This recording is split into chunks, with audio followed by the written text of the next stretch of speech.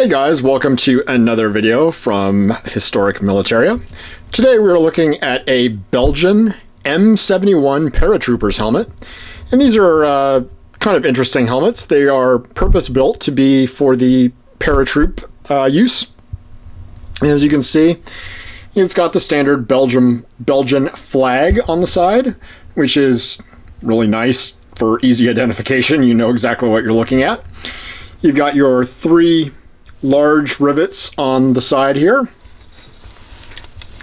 You've got one in front, and you've got the same pattern repeated of three here. You've got two vent holes in the back and one large rivet as well. So it's a pretty standard helmet that is definitely based on the M1, which is what pretty much all of Western Europe was using at the time. This helmet, as the name implies, was introduced about 1971 and saw service up through the 1990s until it was replaced by Kevlar. Turn it over, and you can definitely see the airborne part of this. You have a very heavy pad here to keep your head in place, as well as heavy padding around here.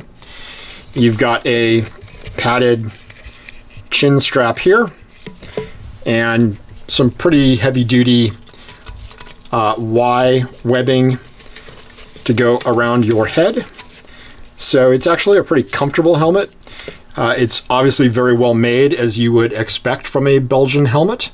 I do believe actually the shells were made in West Germany for Belgium, and then everything inside was actually made in Belgium.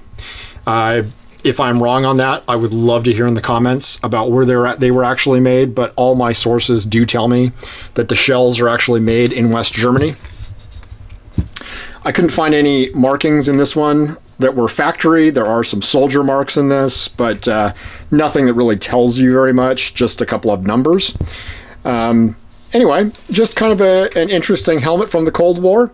If you are into paratroopers or Belgian military or M1 clones, this is definitely one to think about. They are still fairly inexpensive, although they do tend to command a fairly decent price, a lot more than most Cold War era helmets. There weren't a lot made, and anything paratroop is going to be a little more unusual and a little more collectible. So if you are contemplating getting into Cold War era helmets, Western European helmets, anything like that, this is definitely one that you might enjoy.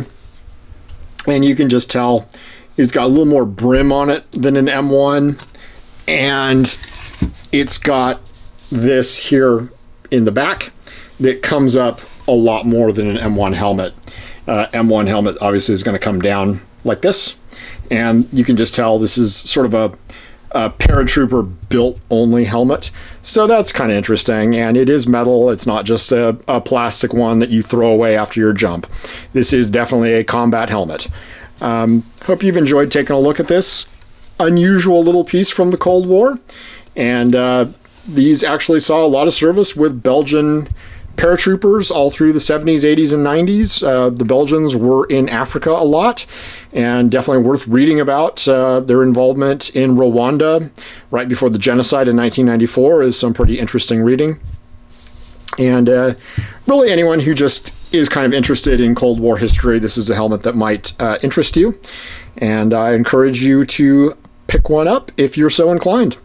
Thanks for watching, and we'll be doing more videos on helmets, weapons, and ordnance, and pretty much everything in between.